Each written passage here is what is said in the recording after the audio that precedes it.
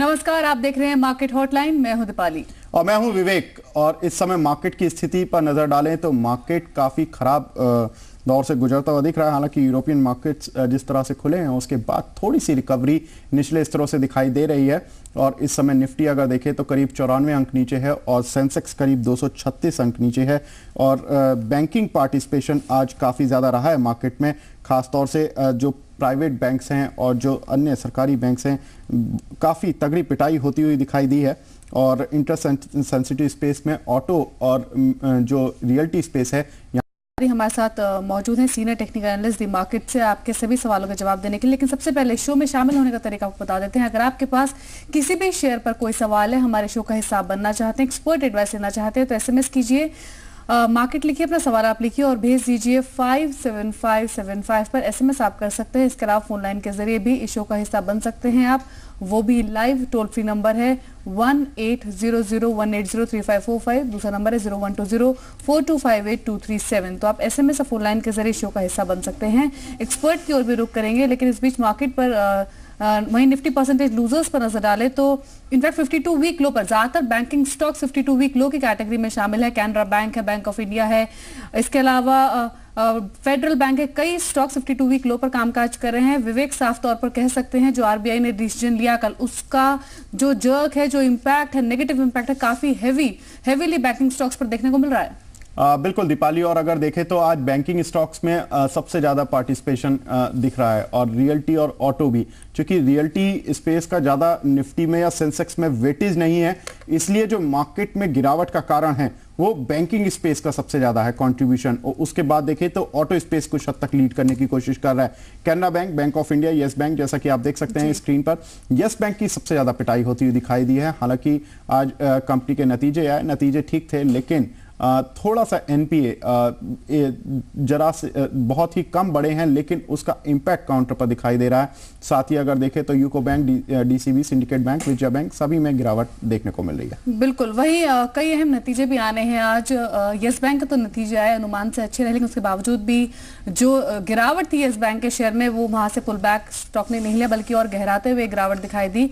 मुनाफे पर अगर नजर डालें तो 38% का इजाफा वाई बेसिस पर येस बैंक के शेयर में देखने को मिला। वहीं अगर आई फ्रंट पर बात करें तो वहां इनफैक्ट नेट इंटरेस्ट इनकम में भी 40% का इजाफा देखने को मिला वाई बेसिस पर, लेकिन नतीजों का इंपैक्ट शेयर प्राइस पर नहीं देखने को मिला।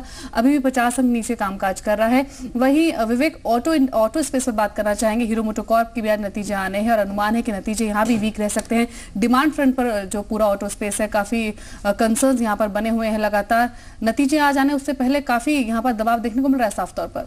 बिल्कुल दीपाली, आपने सही कहा कि आज ऑटो स्पेस में भी काफ़ी तेज पिटाई होती हुई दिख रही है। और सभी ऑटो स्पेस के काउंटर्स, चाहे वो हीरो मोटोकॉर्प हो या मारुति हो या बजाज ऑटो हो, बजाज ऑटो को छोड़ दीजिए, यहाँ पर महिंद्रा एंड महिंद्रा जैसे काउंटर्स ने एक अच्छा फॉल में पार्टिसिपेशन कर रहे हैं। लेकिन बजाज ऑटो एक ऐसा काउंटर जो कि लीड करने की कोशिश कर रहा है और कुछ हद तक सपोर्ट अगर हीरो मोटो को मिलती है तो वो इसी से मिलेगी कि जो बजाज ऑटो के जब रिजल्ट्स आए थे तो उसके बाद से इस काउंटर में एक अच्छा पिकअप देखने को मिला था। क्योंकि बजाज ऑटो के जो एबिटा मार्जिन्स थे वो काफ़ी स्ट्रांग थे, करीब 18% से बढ़कर 21% होते दिखाई दिए थे, जिसकी वजह से हमने देखा था कि बजाज ऑटो के काउंटर में एक अच्छा अपसर्ज दिखाई दिया। और काउंटर ये करीब पिछले 3 दिन में ही देखें तो एक करीब 1800 के लेवल से 2000 के लेवल पर आ चुका है। तो ये एक मजबूती का कारण ऑटो सेक्टर में बना हुआ है इस काउंटर के पीछे। अन्य काउंटर्स पर टू व्हीलर स्पेस में देख लेते हैं टीवीएस मोटर और हीरो मोटोकॉर्प का भी चार्ट कि किस तरह से वहां पर रुझान दिखाई दे रहा है। तो हीरो मोटोकॉर्प करीब 1763 के लेवल पर चल रहा है। और यहाँ पर देखें तो सुबह से थोड़ी सी वीकनेस बनी हुई है। और इसके नतीजे भी देखें तो जो अनुमान है वो आय में करीब 2.5% बढ़ने का है। मुनाफा अगर देखें तो करीब 6.5% वाई बेसिस पर गिरने का अनुमान लगाया जा रहा है। वही यूनाइटेड फास्फोरस के भी नतीजे अभी आए हैं, उन पर नजर डालते हैं। इनफैक्ट अभी हरे निशान में आता हुआ ये स्टॉक लाल निशान से। रिजल्ट्स कैसे रहे हैं जो यूनाइटेड फास्फोरस के, एक बार इनफैक्ट आप अपने बैन में भी देख सकते हैं। मुनाफा कंपनी का 203 करोड़ से बढ़कर 213 करोड़ रहा है वाई बेसिस पर। मुनाफा अच्छा बढ़ा है यूनाइटेड फास्फोरस का। वहीं अगर बिक्री की बात करें तो 2180 करोड़ से बढ़कर 2410 करोड़ रुपए रही है। अनुमान आप देख सकते हैं, वही बैंड में आप देख सकते हैं कि नतीजे जो है वो कंपनी के अच्छे रहे हैं और इसका इंपैक्ट भी शेयर प्राइस पर आप देख सकते हैं। लाल निशान से हरे निशान में फिलहाल ये आते हुए 144 के स्तर पर फिलहाल कामकाज कर रहे हैं। साफ तौर पर देख सकते हैं अच्छे नतीजों का इंपैक्ट यूनाइटेड फास्फोरस के शेयर पर। देखिए बिल्कुल जो मुनाफे की फिगर है वो दीपाली 213 करोड़ रुपए की है और जो अनुमान था वो करीब 271 करोड़ रुपए का था। लेकिन चूंकि काउंटर में थोड़ा सा पहले डेंट आ चुका था, ये काउंटर जो परसों का लेवल था काउंटर का करीब 150 से 152 के आसपास तक ये काउंटर गया था। उसके बाद से इसमें रिट्रेसमेंट आई थी करीब करीब 6 रुपए की। अब वहां से थोड़ा सा ये ऊपर आने की कोशिश कर रहा है। नतीजे इसके वीक ही हैं। अगर देखें तो 213 करोड़, क्योंकि जो एक्सपेक्टेशन थी वो मुनाफे की 271 करोड़ रुपए की थी।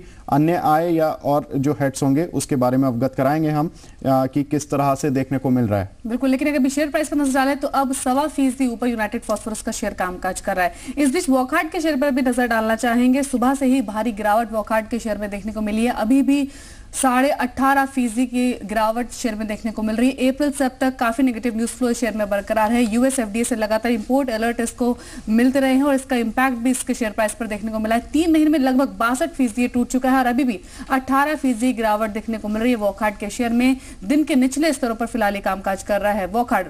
विवेक, लगातार इस स्टॉक प्राइस के मूवमेंट की बात करें, गिरावट यहाँ पर देखने को मिली है। तकनीकी विशेषज्ञों से भी हमने बातचीत की। इनफैक्ट आपने सुबह बताया भी था कि कई जो ब्रोकिंग हाउसेज है उन्होंने भी यहाँ पर डाउनसाइड टारगेट्स भी इस स्टॉक में और दे रहे हैं। बिल्कुल दीपाली, क्योंकि देखिए जिन ग्राउंड्स पर यह काउंटर चला था उस पर हमने बात की थी कि उन्हीं फंडामेंटल ग्राउंड्स पर अब ये काउंटर पिट भी रहा है। इसकी काफी कुछ प्रोडक्शन अच्छा चल रहा था, इनके पास कैश लिक्विडिटी काफी अच्छी आई थी, जिसके जो इन्होंने हॉस्पिटल अपने कुछ बेचे थे उसके बाद से कंपनी का एक टर्न अराउंड हुआ और ये काउंटर करीब 250 रुपए से 1700-1800 की रेंज में चला गया था। लेकिन अब ये काउंटर पिट रहा है। चलिए कारण जानते हैं। मेरे सहयोगी आसिफ जुड़े हैं। आसिफ बताएं। शुक्रिया विवेक। यहाँ पर अगर देखा जाए वॉकहार्ट के काउंटर पर लगातार इस काउंटर पर प्रेशर बना हुआ है। पिछले 3 महीने की बात करें तो 3 महीने में करीब 65% से ज्यादा ये काउंटर टूट चुका है। जो इंपॉर्टेंट रीजन है, यूएस एफडीए की तरफ से वालुज प्लांट पर जो इंपोर्ट अलर्ट जारी हुआ था उसके बाद इस काउंटर की पिटाई शुरू हुई और जिस दिन इंपोर्ट अलर्ट जारी हुआ था 23 मई की बात है, 20% का लोअर सर्किट लगा था। उस दिन के बाद इस काउंटर ने कोई वहां से कुछ अपटिक नहीं आया, संभल नहीं पाया और उसमें गिरावट लगातार जारी है। 2 दिन पहले की बात है, यूएस एफडीए की तरफ से फिर से वालुज प्लांट के लिए वार्निंग आया है। उसके बाद फिर आज इस काउंटर में गिरावट आते हुए दिख रही है। इंपॉर्टेंट रीजन है, वालुज प्लांट काफी अहम है वॉकहार्ट के लिए। इसलिए अहम है कि वालुज प्लांट से करीब 1/5 जो आय है वो वालुज प्लांट से आता है। यूएस यहाँ पर यूएस एक्सपोर्ट करती है यूएस में। अगर देखा जाए तो करीब $10 करोड़ का हिट लग सकता है वॉकहार्ट को वालुज प्लांट से अगर यूएस एक्सपोर्ट नहीं होता है। यहाँ से दवाएं अगर एक्सपोर्ट नहीं होती तो $10 करोड़ तक का हिट लग सकता है। टोटल अगर यूएस से आय की बात करें तो करीब $55 करोड़ का आय है सालाना। FY13 की बात करें तो इसके एक अहम हिस्सा जो है इस प्लांट से आता है, जिसको दूसरे प्लांट की तरफ डाइवर्ट करना काफी मुश्किल हो जाएगा वॉकहार्ट के लिए। तो एक सिग्निफिकेंट इंपैक्ट इसके ईपीएस में, इसके अर्निंग में आता हुआ देख सकते हैं। ब्रोकिंग हाउस ने भी यहाँ पर डाउनग्रेड किया। मैक्वेरी ने आज यहाँ पर डाउन 750 तक का लक्ष्य दिया, उसके भी नीचे ये काउंटर आ चुका है। जब 11 बजे बात कर रहे थे तो आनंद राठी ने एक राय दी थी कि 680 तक के लक्ष्य के लिए बिकवाली करके चल सकते हैं। अभी अगर काउंटर की बात करें तो 680 के भी नीचे आ चुका है। एक तरह से यहाँ पे फर्दर और भी गिरावट देखी जा सकती है और भी ब्रोकिंग हाउस के यहाँ पर राय निकल के आएगी आने वाले समय में कि गिरावट है, कहां रुकेगी, कहां थमेगी यह गिरावट। बिल्कुल, वालुज प्लांट से कंपनी अपने मेजर रेवेन्यूज ड्राइव करती है और इस इंपोर्ट अलर्ट के चलते जो भी नेगेटिव न्यूज फ्लो बना हुआ है इससे $10 करोड़ तक का नुकसान कंपनी को इस प्लांट से हो सकता है। अब आगे बढ़ते हैं। एक्सपर्ट हमारे साथ मौजूद है, मेहुल कोठारी हैं, senior technical analyst the market से। स्वागत है मेहुल आपका इस शो में और सवाल जवाब के सिलसिले को इसी के साथ शुरू करते हैं। पहले कॉलर सुभाष ठाकरे अमरावती से हमारे साथ मौजूद है। नमस्कार सुभाष। हेलो जी सुभाष, नमस्कार। नमस्कार। मेरे पास में KPIT कम्युनिस्ट के 200 शेयर है जी, 88 के भाव से लिए हुए है। तो अभी इसको क्या करना चाहिए, रखना चाहिए या क्या करना चाहिए, बेच देना चाहिए? बिल्कुल। मेहुल, जो सवाल है केपीआईटी कमेंट्स पर है, कल नतीजे भी आए, नतीजे काफी अच्छे रहे। इनका जो बाइंग प्राइस है 88 का है, 131 का मौजूदा स्तर है, मुनाफे में बैठे हैं, क्या करना चाहिए? मुनाफा वसूली करें या होल्ड रखें? जी हाँ दीपाली, देखिए कैसा है कि अभी मार्केट में सेंटीमेंट्स काफ़ी ख़राब है। हालांकि इस स्टॉक में इनको अच्छा खासा प्रॉफिट देखने मिल रहा है, तो हमारी सलाह यही रहेगी कि इस लेवल पे प्रॉफिट बुकिंग किया जाए, बिकॉज 141 का इसका ऑल टाइम हाई है, तो उसी के करीब ये ट्रेड कर रहा है। तो अगर यहाँ पर एक बार प्रॉफिट बुकिंग करनी चाहिए और 144 के ऊपर क्लोजिंग देता है 141 के ऊपर, तो फिर से एक बार री इनिशिएट कर सकते हैं buy position, but as of now book profits in the same. तो बिल्कुल आपको राय मिल गई होगी। केपीआईटी कमेंट्स में आप प्रॉफिट बुक की सलाह दे रहे हैं। अगले कॉलर से बात करते हैं। शंकर हैं कोलकाता से। शंकर जी नमस्कार, स्वागत है आपका, पूछिए अपना सवाल। शंकर आप सुन पा रहे हैं? हाँ जी जी पूछिए अपना सवाल शंकर। ये मैंने सर 500 शेयर यूनिकॉम लैब पे ले रखे हैं जी 180 के भाव पे। जी ये आप लोगों ने मेरे को बताया था सुपर स्टॉक में है, जी तो उसी वजह से मैंने लिया था। जी तो अभी तो भाव काफी नीचे आ गया है, तो आगे क्या करना चाहिए? जी बिल्कुल। तो उस समय जब ये काउंटर बताया गया था, तो इस पर जो ब्रोकरेज हाउसेस का अभी भी रिपोर्ट्स हैं वो 190 रुपए तक के टारगेट के लिए हैं, बाय रिकमेंडेशन। मेहुल क्या करना चाहिए इनको? काउंटर रिजल्ट्स के बाद थोड़ा पिटा है। हाँ देखिए विवेक, यूनिकॉम लैबोरेटरीज की बात करें तो इसकी शॉर्ट टर्म ट्रेंड अभी भी वीक है और एक 155 का स्ट्रॉन्ग सपोर्ट है। अगर ये 155 के नीचे ट्रेड करता है तो आई गेस कि यहाँ पर एग्जिट करनी चाहिए इनको पोजीशंस, बिकॉज 155 के नीचे 140 तक के लेवल्स भी देख सकते हैं इसमें। जी सुशील जम्मू से अगले कॉलर हमारे साथ मौजूद है। नमस्कार सुशील। नमस्कार मैडम जी सवाल पूछिए। मैडम मैं यस बैंक का अगस्त का छूट लेना चाहता हूँ। जी मेहुल, यस बैंक का अगस्त फ्यूचर ये खरीदना चाहते हैं, क्या करना चाहिए? आज तो काफी गिरावट इनफैक्ट देखने को मिल रही, 387 का लेवल है, क्या करें? देखिए काफ़ी बैंकिंग सेक्टर में हमें बहुत ज़्यादा मंदी देखने मिली है और आने वाले दिनों में हमारी राय यही है कि बैंकिंग सेक्टर अभी भी वीक ही रहेगा। तो फिलहाल के लिए 2-4 दिन के लिए यहाँ पर कुछ स्टेबलाइज होता है या कंसोलिडेशन होता है तब इस बारे में सोच सकते हैं, but as of now panic selling भी और भी आ सकती है, तो अवॉइड कीजिए इस काउंटर पे लॉन्ग जाना। जी तो यहाँ पर यस बैंक पे भी राय मिल गई होगी। वैसे भी आज इस काउंटर के नतीजों के बाद इस काउंटर में कुछ और ज़्यादा गिरावट बढ़ी है। हालांकि कंपनी के एनपीएस थोड़े से बड़े हैं, लेकिन कंपनी का मुनाफा और आय दोनों ही उम्मीद से कहीं बेहतर है और एनपीए में भी बहुत ज़्यादा बढ़ोतरी नहीं है। देखना होगा कि ये काउंटर आने वाले समय में किस तरह से ट्रेड करता है, क्योंकि काउंटर की ऑलरेडी काफ़ी ज़ोरदार पिटाई हुई है। चलिए अगले कॉलर जुड़े हमारे साथ। माधव हैं गांधीधाम से। माधव जी नमस्कार, स्वागत है आपका, पूछिए अपना सवाल। नमस्ते सर, मैं माधव बोल रहा हूँ जी सर। पूछिए अपना अभी सवाल। मैंने क्या है कि फिलिप्स कार्बन ब्लैक का 800 शेयर लिए हुए हैं और 61 के रेट से। जी तो अभी सर फिलहाल उसका मैं क्या करूँ, उसको छोड़ दूँ या उसे? जी काफ़ी ज़्यादा पिट चुका है फिलिप्स कार्बन का काउंटर मेहुल, और ये करीब 16 रुपये नीचे है इनकी खरीद से, क्या करना चाहिए? देखिए पहले तो ये स्टॉक फंडामेंटली इतना कुछ ज़्यादा अच्छा भी नहीं है और काफ़ी लो वॉल्यूम से ट्रेड करता है। हालांकि अगर चार्टिकली देखें तो 37 का एक स्ट्रॉन्ग सपोर्ट है इस काउंटर पे, तो अगर 37 का स्टॉप लॉस फॉलो करे तो ज़्यादा अच्छा रहेगा। 37 के नीचे एग्जिट कीजिए, और अगर अपसाइड के लिए राह भी देखते हैं तो आई गेस कि ये काफ़ी पेनफुल प्रोसेस रहेगा, बिकॉज उनका कॉस्ट काफ़ी ऊपर है। तो 37 के stop loss as of now hold कीजिए।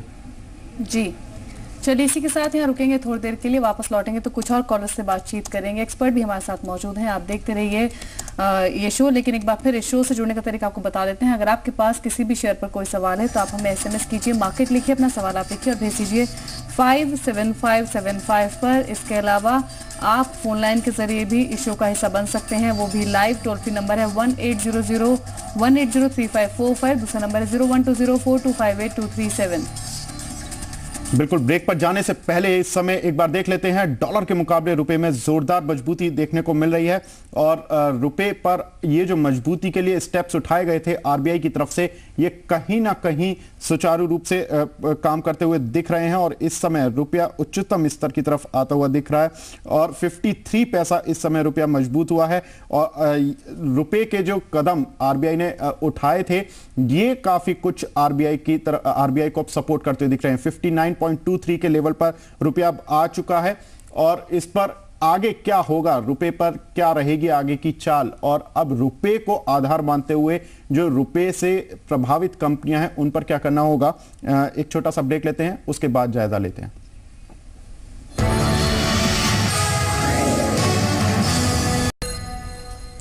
आप देख रहे हैं मार्केट हॉटलाइन। बाजार पर नजर डालें तो निफ्टी इस वक्त 84 अंक नीचे कामकाज कर रहा है। वहीं सेंसेक्स की बात करें तो 209 अंकों की गिरावट है।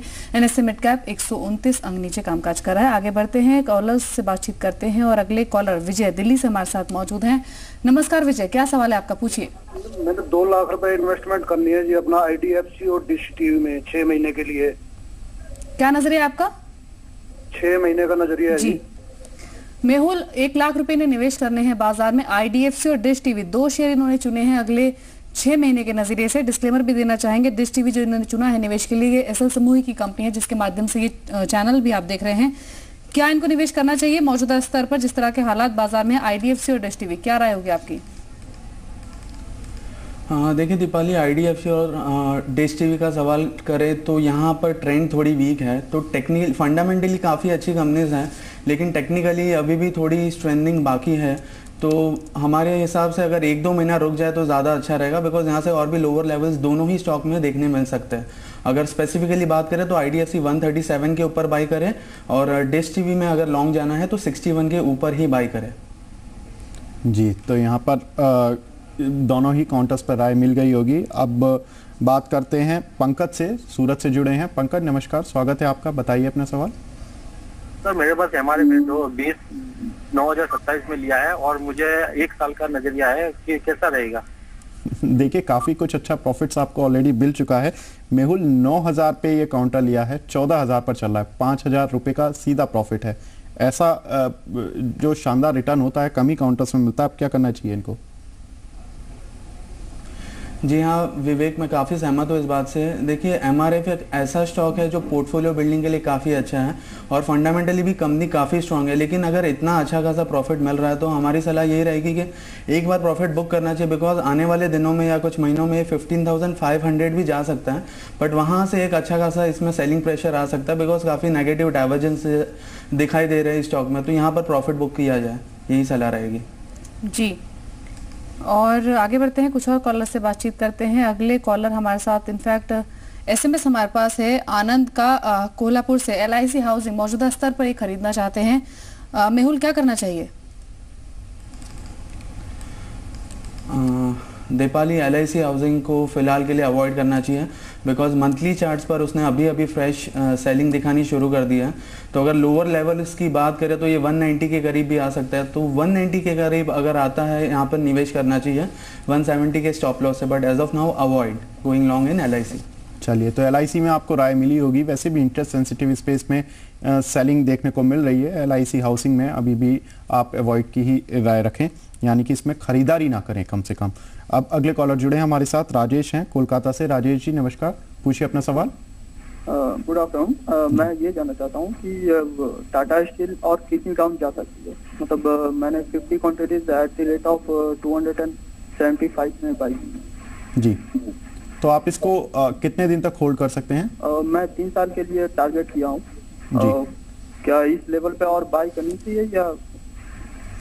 चलिए जानते हैं। मेहुल जी, टाटा स्टील पर इनका सवाल है। 275 पर इन्होंने खरीद की है और लॉन्ग टर्म के लिए अपने पोर्टफोलियो में इस काउंटर को रख सकते हैं। क्या करना चाहिए? एवरेजिंग करनी चाहिए या और नीचे आने का वेट करते समय एवरेजिंग करनी चाहिए या निकलना चाहिए? देखिए डेफिनेटली कंपनी काफ़ी ज़्यादा स्ट्रांग है फंडामेंटली, और मेटल सेक्टर ने काफ़ी अंडर परफॉर्म भी किया है, ये बात तो माननी पड़ेगी। बट एज ऑफ नाउ यहाँ पर एवरेजिंग तो नहीं करनी चाहिए। हम एक 229 का लेवल्स देख रहे थे जो कि आज उसने फिर से ब्रीच किया है। तो यहाँ पर थोड़ी बहुत 5-10% की फॉल आ सकती है, लेकिन आगे आने वाले दिनों में, आने वाले महीनों में अगर ये इस काउंटर्स में पुल बैक आता है, यानी कि होल मेटल पाइप में पुल बैक आता है, तो अच्छी खासी हमें तेज़ी देखने मिल सकती है और 275 के लेवल्स के काफ़ी ऊपर ये जा सकता है। तो 3 साल का अगर व्यू है तो इट्स अ गुड कंपनी, और यहाँ से अगर 10% का डिप भी आया तो और निवेश कर सकते हैं इस कंपनी में। बिल्कुल अच्छी कंपनी है, लॉन्ग टर्म के नजरिए से होल्ड कर सकते हैं। अगर और गिरावट आती है 5 से 10% की तो आप एवरेज कर सकते हैं, लेकिन नजरिया लंबी अवधि का रखें। इसी के साथ यहाँ रुकेंगे थोड़ी देर के लिए। एक बार फिर शो में शामिल होने का तरीका आपको बता देते हैं। किसी भी शेयर पर अगर आपके पास कोई सवाल है, शो में आप शामिल होना चाहते हैं तो SMS कीजिए, शेयर लिखिए, अपना सवाल आप लिखिए, माफ कीजिए मार्केट लिखिए, अपना सवाल आप लिखिए और भेज दीजिए 57575 पर। इसके अलावा फोन लाइन के जरिए भी आप इस शो का हिस्सा बन सकते हैं। टोल फ्री नंबर है 1800-180-3545, दूसरा नंबर है 0120-4258-237।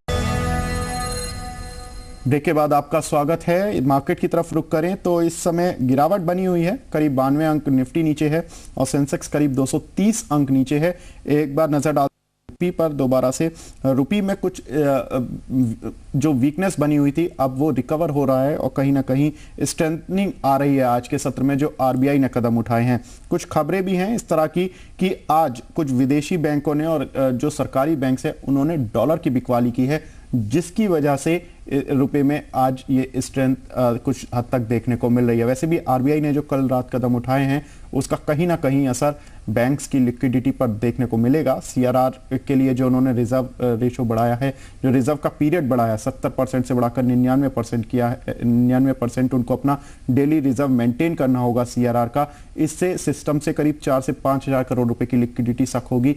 साथ ही जो लिक्विडिटी एडजस्टमेंट फैसिलिटी है जिसमें कि RBI ने दर 1% से घटाकर 0.5% की है, उससे सभी बैंक्स पर अच्छा खासा दबाव पड़ेगा। SBI पर करीब 6000 करोड़ से ज्यादा का, ICICI पर करीब 1500 करोड़ का। आगे बढ़ते हैं, अगले कॉलर नयन नागपुर से हमारे साथ मौजूद हैं। नमस्कार नयन। नमस्कार जी। जी नमस्ते, क्या सवाल है आपका? स्टेट बैंक के बारे में है जी, पूछिए। 50 शेयर लिए थे 2550 से, अभी तो बहुत नीचे आ गया, क्या करने जाए? जी मेहुल 2550 पर इन्होंने खरीदे हैं SBI के 50 शेयर्स, काफी नीचे फिलहाल ये कामकाज कर रहा है। 1800 का मौजूदा स्तर है, यानी 700 रुपए प्रति शेयर से ज्यादा का नुकसान इन्हें हो रहा है। क्या करना चाहिए? देखिए दीपाली, जैसे कि मैंने पहले कहा कि बैंकिंग सेक्टर में अभी भी और भी वीकनेस आ सकती है। तो अगर स्पेसिफिकली स्टेट बैंक की बात करें जो कि काफ़ी हैवी वेट है बैंकिंग काउंटर्स में, तो यहाँ पर 1600 के लेवल्स भी हमें आने वाले कुछ महीनों में देखने मिल सकते हैं। तो अगर ये शॉर्ट टर्म ट्रेडर है तो मेरी सलाह ये रहेगी कि हालांकि उन्होंने 2500 से लेकर रखे तो ऑब्वियसली कि ये लॉन्ग टर्म से होल्ड कर रहे हैं, तो अगर लॉन्ग टर्म के लिए देखा जाए तो काफ़ी अच्छा है, लेकिन यहाँ पर निचले लेवल्स देख सकते हैं हम। तो थोड़े टाइम के लिए यहाँ पर सेलिंग करनी है तो कर सकते हैं, और भी नीचे के लेवल्स में ये स्टॉक मिलेगा इनको। ये तो SBI चूंकि इंटरेस्ट सेंसिटिव काउंटर है और यहाँ पर जो मेहुल बता रहे हैं कि अभी छोटी अवधि में दबाव और देखने को मिल सकता है, तो अगर सेलिंग करना चाहते हैं तो कर सकते हैं। चलिए अगले कॉलर हैं हमारे साथ, सुजाता जुड़ी हैं हमारे साथ मुंबई से। सुजाता जी नमस्कार, स्वागत है आपका, पूछिए अपना सवाल। अच्छा, मेरे पास आरकॉम है फ्यूचर के जी, अभी जुलाई के ही जी, तो उसका क्या जानना चाहिए, तो क्या जाएगा ऊपर, कैसे रहेगा उसका? जी मेहुल, वैसे तो इस पूरे पिछले 3 महीने के मार्केट ट्रेंड में देखें तो आरकॉम एक सबसे स्ट्रॉन्ग काउंटर रहा है। इन्होंने लेकिन जो लेवल चुना है खरीदारी का वो 145 के लेवल पर इन्होंने एक लॉट प्लस किया हुआ है जुलाई का, और कल एक्सपायरी भी है। क्या करना चाहिए इन्हें? विवेक, सबसे पहले तो मैं बताना चाहूँगा कि आरकॉम का जो कोर बिजनेस है वो इस वैल्यूएशंस के मुताबिक है ही नहीं। तो यहाँ पर ये जो बहुत सारे पॉजिटिव न्यूज़ फ्लो होते हैं इस कंपनी में, तो काफ़ी हद तक ये स्टॉक ऊपर भी गया था। तो यहाँ पर काफ़ी अच्छी खासी प्रॉफिट बुकिंग आ सकती है इस काउंटर पर। तो 134 का एक स्टॉप लॉस है जो इनको फॉलो करना चाहिए, उसके नीचे अच्छी खासी सेलिंग देख सकते हैं। 120 के लेवल्स भी आ सकते हैं, सो एग्जिट बिलो 134 लेवल्स। बिल्कुल 134 एक इंपॉर्टेंट लेवल है, उसको वॉच करें। अगर ये टूटता है तो यहाँ पर प्रॉफिट बुकिंग आपको करनी चाहिए, निकलना ही यहाँ पर फायदेमंद होगा। इसी के साथ यहाँ रुकेंगे थोड़ी देर के लिए, वापस लौटेंगे, कुछ और कॉलर से बातचीत करेंगे, लेकिन एक बार फिर इस शो में शामिल होने का तरीका आपको बता देते हैं। किसी भी शेयर पर अगर आपके पास कोई सवाल है तो आप SMS कीजिए, मार्केट लिखिए, अपना सवाल आप लिखिए और भेज दीजिए 57575 पर। इसके अलावा आप फोन लाइन के जरिए भी शो का हिस्सा बन सकते हैं, वो भी लाइव। टोल फ्री नंबर है 1800-180-3545, दूसरा नंबर है 0120-4258-237।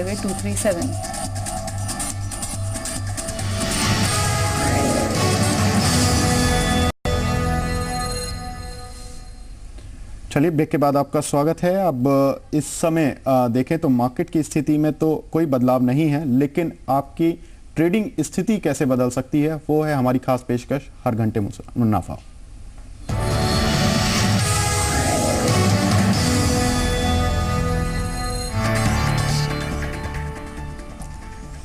डिम्पी न्यूज रूम से हमारे साथ मौजूद है इस घंटे का शेयर बताने के लिए। डिम्पी बताइए।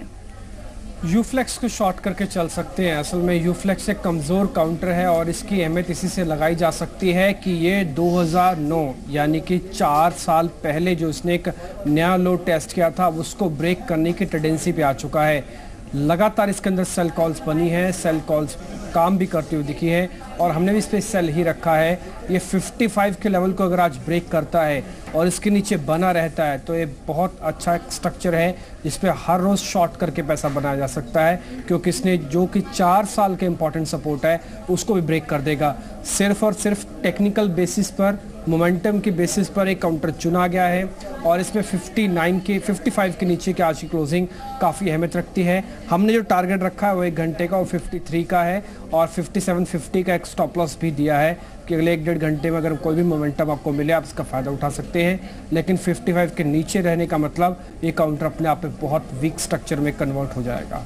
जी डिम्पी, आपने 55 का जो महत्वपूर्ण स्तर बताया कि इसके नीचे ये काउंटर आएगा तो ज़्यादा इसकी पिटाई होगी।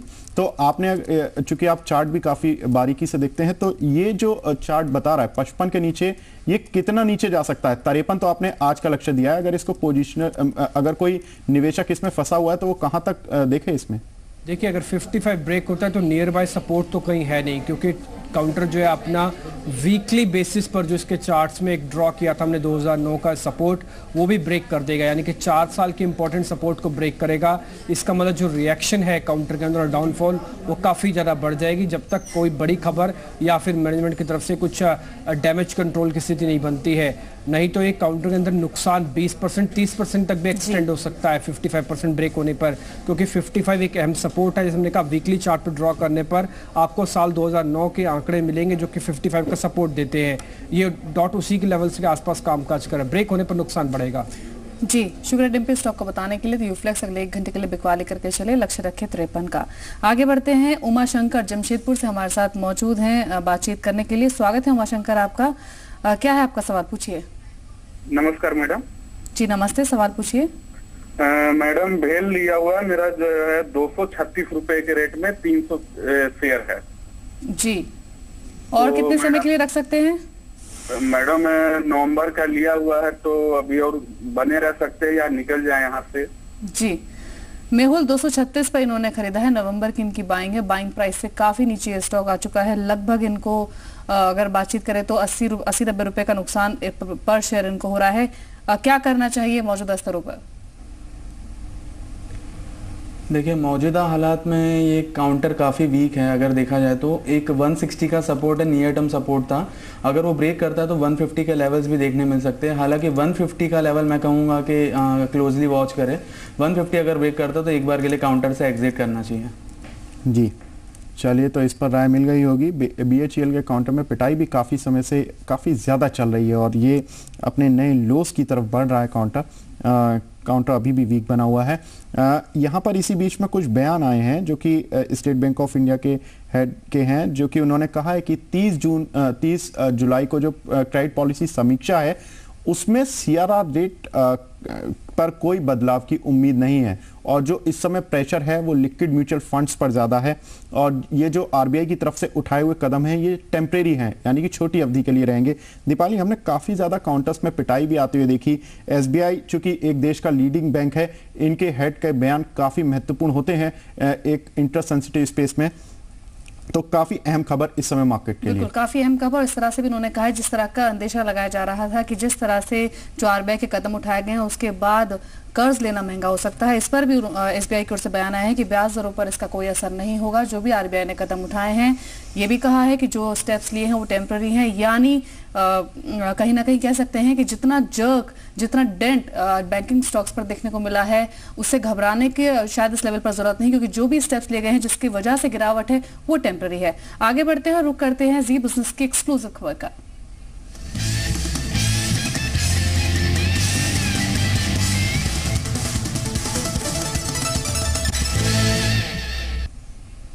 उज्जवल इस बीच हमारे साथ मौजूद हैं। उज्जवल, कल कैबिनेट की बैठक है, क्या एक्सक्लूसिव जानकारी आपको मिल पा रही है? देखिए, काफ़ी महत्वपूर्ण खबर यहाँ सामने निकल कर आई है बैंकिंग सेक्टर के बारे में। कल सरकार जो एग्रीकल्चर सेक्टर के लिए एग्री लोन्स के लिए जो इंटरेस्ट रेट सबवेंशन होता है उसकी रकम कल कैबिनेट उसको फाइनलाइज कर देगी, उसको अप्रूव कर देगी। जो आंकड़े हैं उसके मुताबिक 15,649 करोड़ रुपए रिलीज़ किए जाएंगे।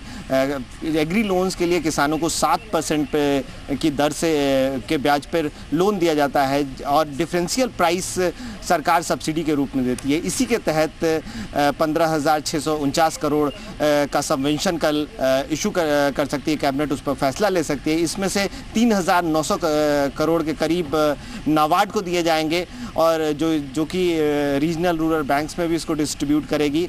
इसके साथ जो अन्य बैंक हैं उसको 11,500 करोड़ के आसपास की रकम दी जाएगी। तो काफ़ी महत्वपूर्ण खबर।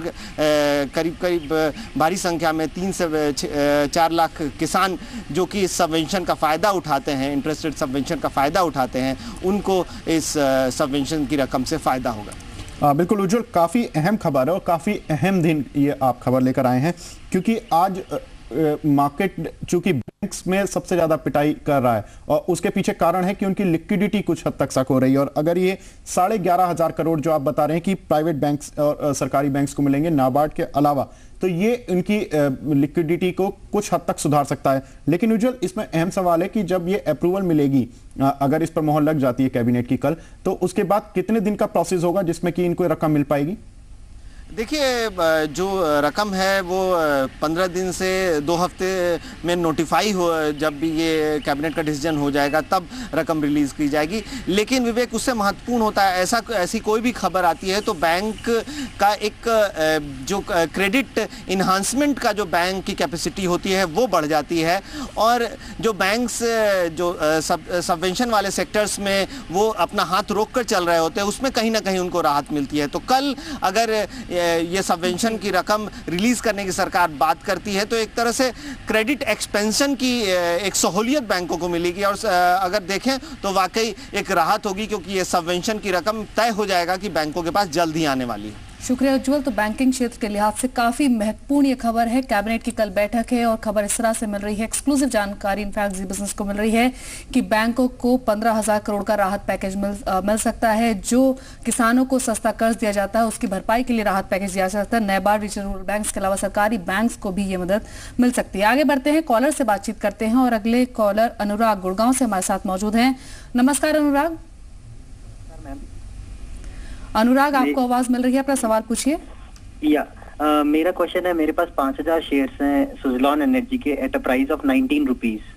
तो अभी तो आज ये 52 वीक्स के लो पे आ चुका है, तो क्या करना चाहिए? मेहुल 19 के स्तर पर इन्होंने सुजलॉन खरीदा हुआ है, मौजूदा स्तर 7.5 रुपए का, क्या करें?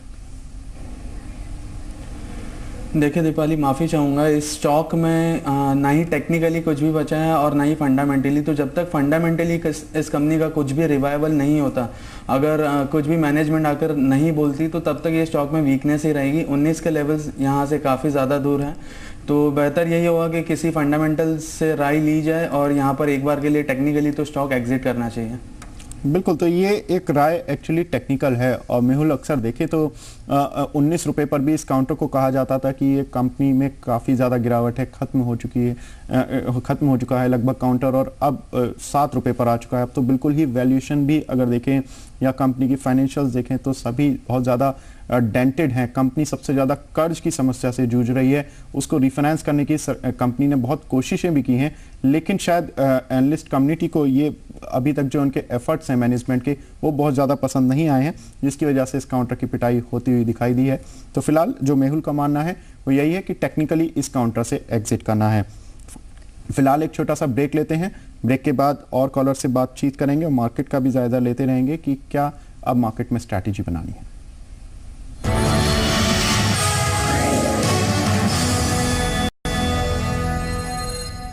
ब्रेक के बाद आपका स्वागत है। इस समय बड़ी खबर मूडीज के हवाले से आ रही है कि मूडीज ने कहा है कि आरबीआई ने जो स्टेप्स हाल फिलहाल में उठाए हैं वो एक मॉडेस्ट मॉनेटरी टाइटनिंग है, लेकिन इससे रुपए को कोई खास फर्क नहीं पड़ने वाला है, क्योंकि एफआईज अगर इस रेट की जो बढ़ने की अब संकेत मिल रहे हैं उसको नेगेटिवली लेंगे और उनका आउटफ्लो शुरू होगा, जिससे रुपये पर और ज्यादा फर्दर वीकनेस देखने को मिलेगी। तो ये मूडीज का काफी अहम बयान है और उन्होंने ये भी कहा है कि आरबीआई की मॉनेटरी ईजिंग के अब कोई चांस नहीं लग रहे हैं फिलहाल। और उन्होंने ये भी कहा है कि जो इंडिया का जो करंट अकाउंट गैप है, करंट जो चालू घाटा है, उसमें फिलहाल कोई कमी होती हुई नहीं दिख रही है। तो काफी अहम बयान मूडीज की तरफ से आते हुए मार्केट के लिए जरूर थोड़े से नेगेटिव हैं, लेकिन देखना होगा कि मार्केट चूंकि एफ&ओ एक्सपायरी से पहले दिन का कामकाज कर रहा है तो क्या कुछ पुल बैक दिखाता है या और फर्दर गिरावट देखने को मिलेगी। और दूसरा एक काउंटर पर बात करते हैं, डीएलएफ में एक जोरदार निचले स्तरों से रिकवरी देखने को मिली है। इस काउंटर में हमने देखा कि सुबह करीब 166 के लेवल को इसने टेस्ट किया और वहां से अब डे हाई की तरफ आ रहा है। मेहुल, डीएलएफ पे आप क्या राय रखते हैं? हाँ देखिए विवेक, डीएलएफ अगर देखा जाए तो शॉर्ट टर्म के लिए we are bullish on the same. अगर ये 178 179 के लेवल्स फिर से क्रॉस करता है तो आने वाले दिनों में ये 190 तक जा सकता है। हालांकि ट्रेंड अभी भी नेगेटिव है, but this is just kind of short covering in the stock. तो 190 के लेवल्स हमें देखने मिल सकते हैं। शॉर्ट कवरिंग है, फिलहाल दिन के ऊपरी स्तरों पर ही कामकाज कर रहा है डीएलएफ का शेयर। आगे बढ़ते हैं, सोहन घोष ओडिशा से हमारे साथ मौजूद हैं बातचीत करने के लिए। नमस्कार सोहन। अबे लाइन पे रही है। सोहन, आपको आवाज मिल रही है, अपना सवाल पूछिए। हाँ, मेरे पास में मैम 400 शेयर है भारतीय एयरटेल का, 50 शेयर है 400 रुपए करके। जी, कितने समय के लिए और होल्ड कर सकते हैं शेयर को? फिलहाल तो मुनाफे में ही है। मेरा 2011 में खरीदा हुआ है, अगस्त सितंबर में। बिल्कुल, माफ कीजिए, नुकसान फिलहाल आपको हो रहा है। 400 पर इनकी खरीदारी है मेहुल, 336 का मौजूदा स्तर है। क्या करना चाहिए इनको? देखिए दीपाली, फिलहाल तो ये स्टॉक काफ़ी पॉजिटिव है। इसने हाल ही में वीकली चार्ट्स पर भी ब्रेकआउट दिया है, तो इस मोमेंटम के चलते हमें लगता है कि आने वाले कुछ महीनों में, 1 या 2 महीनों में ये 370 के लेवल्स भी टेस्ट कर सकता है। तो as of now hold in the stock. चलिए, तो यहाँ पर होल्ड करने की राय है मेहुल की। भारतीय एयरटेल काफ़ी अच्छा इसने काउंटर ने पुल बैक दिया है 280 के लेवल से और हाल फिलहाल में, और अब 336 पर डे हाई के पास ही है। अगले कॉलर से बात करते हैं, अभय हैं जयपुर से। अभय नमस्कार, स्वागत है आपका, पूछिए अपना सवाल। सर मैं यूनाइटेड फॉस्फोरस 140 के भाव में खरीदा, क्या टारगेट रखना चाहिए सर इसमें? जी मेहुल, यूनाइटेड फॉस्फोरस पे जानना चाहते हैं। अभी कंपनी के नतीजे आए थे, नतीजे उम्मीद से कुछ खराब थे। 271 के मुनाफा एक्सपेक्टेड था, 213 करोड़ का मुनाफा देखने को मिला। काउंटर की पिटाई भी होनी शुरू हो गई है नतीजों के बाद, 3.5% नीचे है, क्या करना चाहिए? देखिए, आने वाले दिनों में एक 125 का लेवल है जो हम यूनाइटेड फॉस्फोरस में देख रहे हैं। तो अगर ये 125 के लेवल्स ब्रेक करता है तो इसमें फिर से डाउन ट्रेंड शुरू हो सकती है। तो 125 के नीचे एग्जिट करना चाहिए इस काउंटर को, और अगर यहाँ पर ये मोमेंटम ऊपर की तरफ बरकरार रखता है तो आने वाले कुछ दिनों में 160 के लेवल्स भी आ सकता है इस काउंटर पर। बिल्कुल, डाउन साइड पर 125 का इंपॉर्टेंट लेवल होगा, ब्रेक होता है तो और डाउन साइड देखने को मिल सकता है। ऊपरी स्तर पर 160 का इंपॉर्टेंट लेवल होगा जहाँ नजर रखनी होगी। आगे बढ़ते हैं, अगले एसएमएस से हमारे पास आरपी सिंह का कानपुर से। पुंछ लॉयड पर इनका सवाल है मेहुल, 60 रुपए के भाव पर 500 शेयर इन्होंने खरीदे हुए हैं। इनके बाइंग प्राइस से लगभग आधी कीमत पर फिलहाल ट्रेड कर रहा है, 30 रुपए का मौजूदा स्तर है, क्या करना चाहिए? देखिए, काफ़ी ज़्यादा ये डाउन ट्रेंड में स्टॉक रहा है, 60 से 30 आ गया है और इसकी ट्रेंड भी काफ़ी नेगेटिव है। तो फिलहाल के लिए यहाँ से 3 से 4 रुपए का स्टॉप लॉस, यानी कि 27 के स्टॉप लॉस से ये होल्ड करे। उसके नीचे और भी बेरिशनेस आ सकती है इस काउंटर पे, तो 27 के स्टॉप लॉस से होल्ड कर, और ऊपर की तरफ अगर ये 35 क्रॉस करता है तो फिर कुछ और अपसाइड देखने मिल सकता है। हालांकि उनके कॉस्ट तक आते आते काफ़ी ये पेनफुल प्रोसेस रहेगा, काफ़ी वक्त लग सकता है इसको। चलिए, तो यहाँ पर अभी भी पुल बैक आने में काफ़ी वक्त लग सकता है, मेहुल का ऐसा मानना है। अगले कॉलर से बात करते हैं, सुरेश हैं मुंबई से। सुरेश जी नमस्कार, स्वागत है आपका, बताइए अपना सवाल। हाँ जी, मैंने इसी 52 के भाव में 300 से लिए है जी। आपने किस भाव पर लिए हैं ये? 52 में जी। मेहुल, यहाँ पर जो इन्होंने काउंटर लिया है हिंदुस्तान यूनिलीवर, शायद ये इस साल का सबसे बेहतरीन काउंटर में से एक है, और जिस तरह से एफएमसीजी ने इस साल जितनी शानदार ग्रोथ दिखाई है, इसमें हर निवेशक को जिस भी लेवल पर घुसा है उसको फायदा हुआ है। आपका क्या कहना है कि अब इसमें क्या करना चाहिए? हाँ बिल्कुल विवेक, मैं इस बात से सहमत हूँ कि ये सेक्टर ने काफ़ी आउट परफॉर्म किया है, बट देखिए कैसा होता है कि सेक्टर स्पेसिफिक कभी भी मूव्स आते रहते हैं। तो हालांकि करंटली एफएमसीजी ने काफ़ी आउट परफॉर्म किया है, तो हमारी सलाह यही रहेगी कि जितना भी अपसाइड इसमें होना चाहिए था हो चुका है, यहाँ पर करेक्टिव मूव आ सकता है। So it's better to book profits in FMCG stocks. कोई भी स्टॉक हो, चाहे वो आईटीसी हो या हिंद यूनिलीवर हो, तो एक बार के लिए प्रॉफिट बुक करना चाहिए। बिल्कुल, प्रॉफिट बुकिंग की सलाह यहाँ पर मैं दे रहे हैं, एचयूएल हो या फिर आईटीसी हो। इसी के साथ रुकेंगे थोड़ी देर के लिए, वापस लौटेंगे, सवाल जवाब के सिलसिले को जारी रखेंगे। लेकिन इस शो में शामिल होने का तरीका एक बार फिर आपको बता देते हैं। किसी भी शेयर पर अगर आपके पास सवाल है, आप एसएमएस कीजिए, मार्केट लिखिए, अपना सवाल लिखिए और भेज दीजिए 57575 पर। इसके अलावा फोन लाइन के जरिए भी शो का हिस्सा बन सकते हैं। टोल फ्री नंबर है 1800-180-3545, दूसरा नंबर है 012042582237।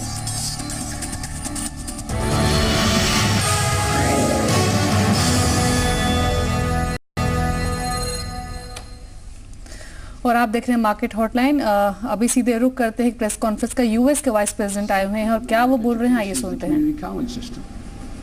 And it's a bold and I think wise move India is taking to try to create hundreds and hundreds of community colleges.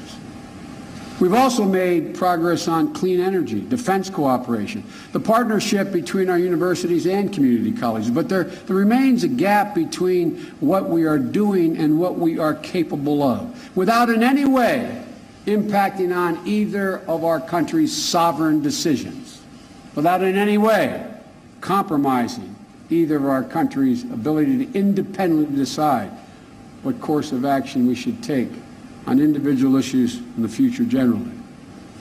And the reasons are understandable why we haven't made more progress.